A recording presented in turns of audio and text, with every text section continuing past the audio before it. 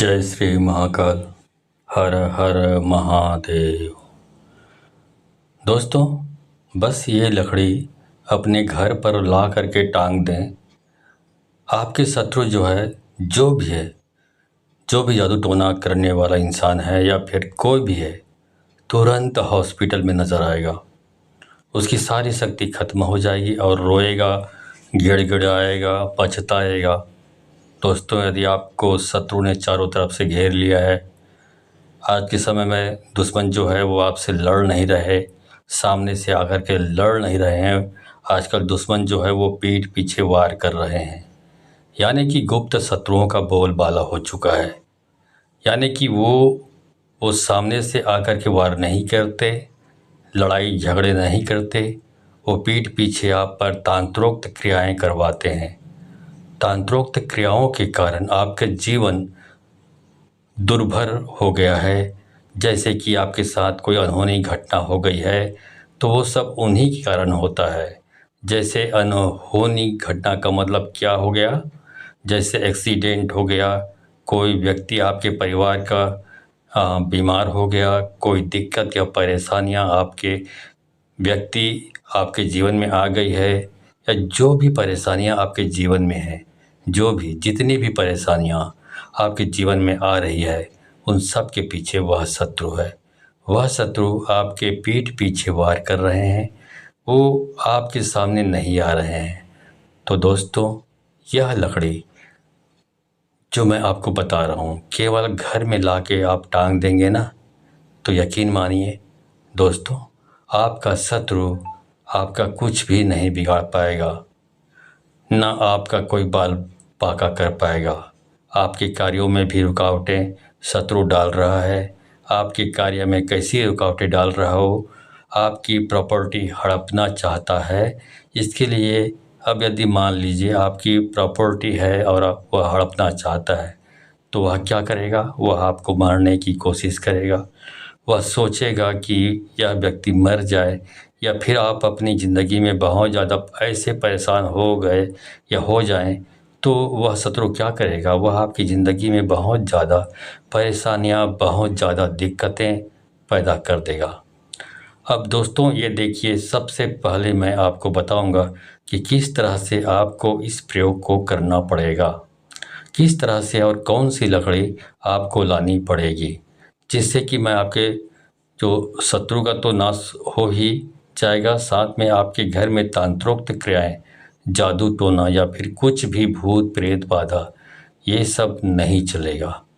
तो देखिए दोस्तों, सबसे पहले आपको हाथ जोड़ के या आपसे हाथ जोड़ के विनती है कि चैनल पे पहली बार आए हैं तो चैनल को सब्सक्राइब कर लें, साथ में बेल आइकन को क्लिक कर लें। बेल आइकन को क्लिक करने के बाद जो ऑल का ऑप्शन आता है उसे भी क्लिक कर लें, ताकि आपको इस प्रकार की गूढ़तम प्राचीन तंत्र मंत्र के संबंध में सटीक जानकारी मेरे यूट्यूब वीडियो के माध्यम से आपको प्राप्त होती रहे।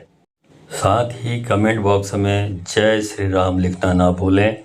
श्री राम का नाम बहुत ही सुखदाई है।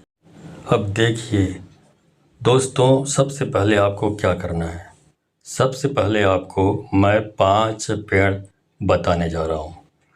उन 5 पेड़ के पास जाकर के आप देखिए, अपने घर के आसपास वो 5 पेड़ बहुत आसानी से उपलब्ध हो जाते हैं।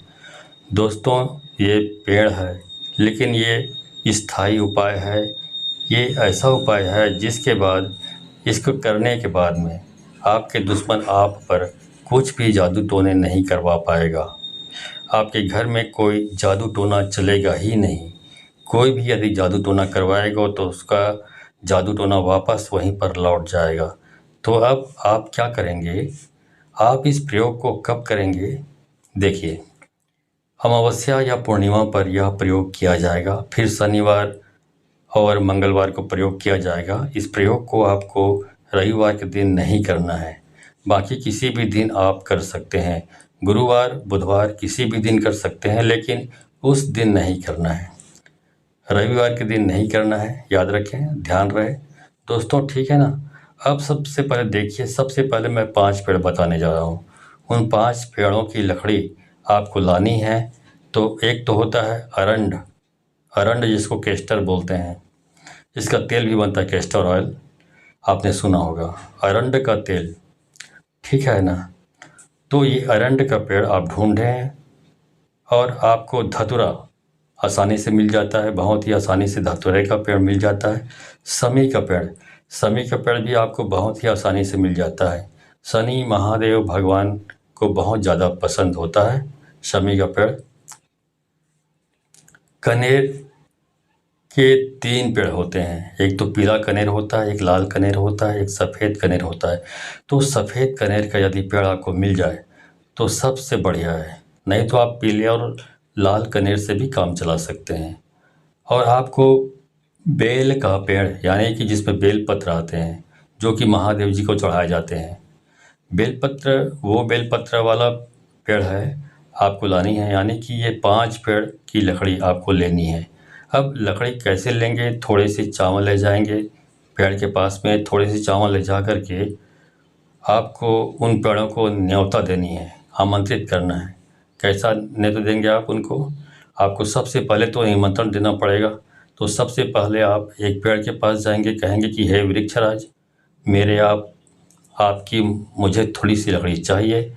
अब लकड़ी आप छाल भी ला सकते हैं और थोड़ी सी लकड़ी है तो वो भी ला सकते हैं। ज़्यादा बड़ी नहीं लानी है, ये आपको मान लेनी है।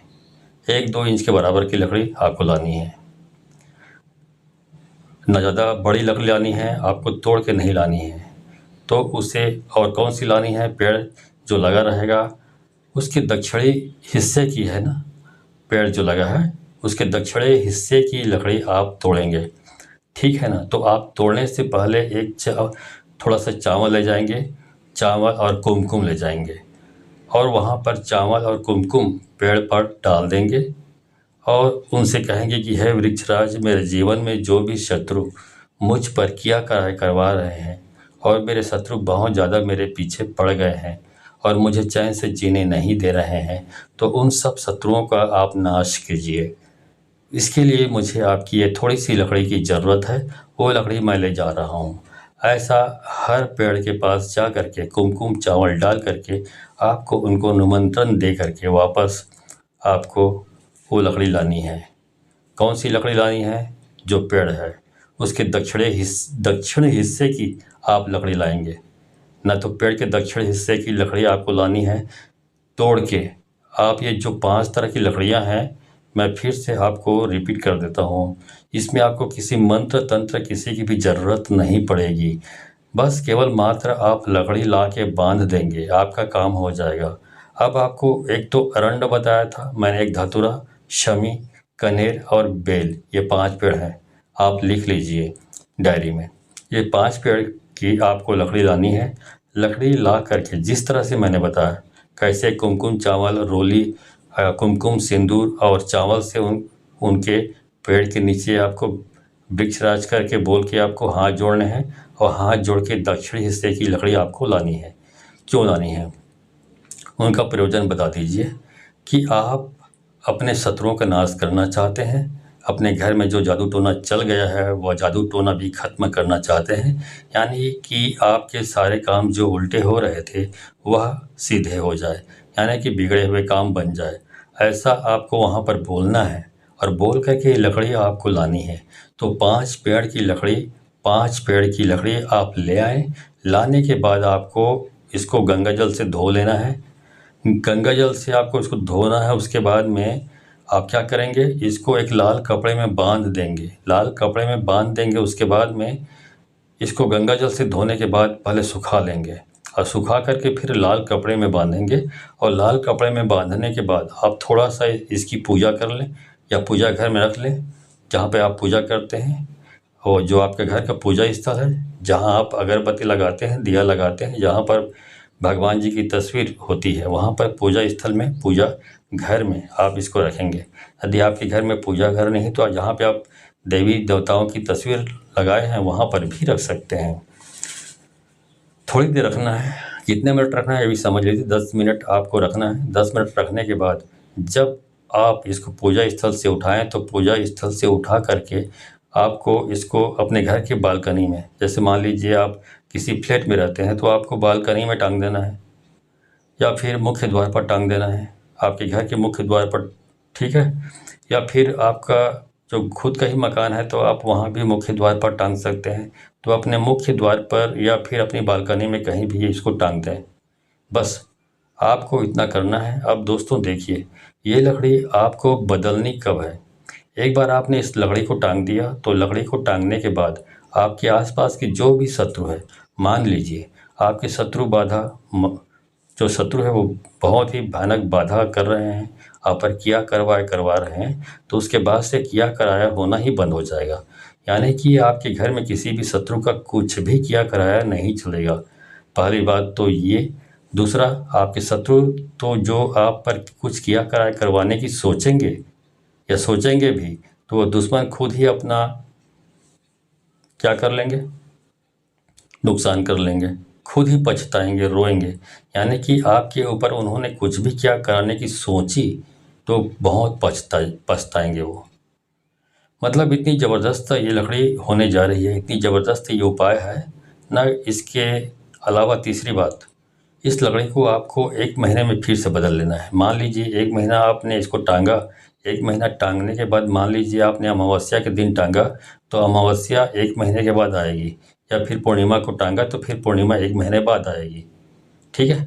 फिर आपने मान लीजिए इसको गुरुवार को या फिर आपने इसको सोमवार को या मंगलवार को या शनिवार को कभी भी टांगा, रविवार छोड़ के, तो फिर 1 महीने बाद इस लकड़ी को आपको जल में प्रवाहित कर देना है पोटली सहित, और फिर से वापस वो लकड़ी लानी है वहीं पेड़ के पास जा कर के।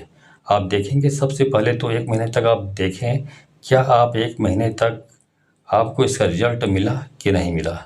बिल्कुल 100% मिलेगा। मुझे तो मिले हैं और बहुतों को मिलाया है मैंने ये उपाय करवा के, इसलिए आपको मैं बता रहा हूँ। 1 महीने बाद यदि रिजल्ट मिल जाते हैं तो उस लकड़ी को आपको जल में बहा देनी है।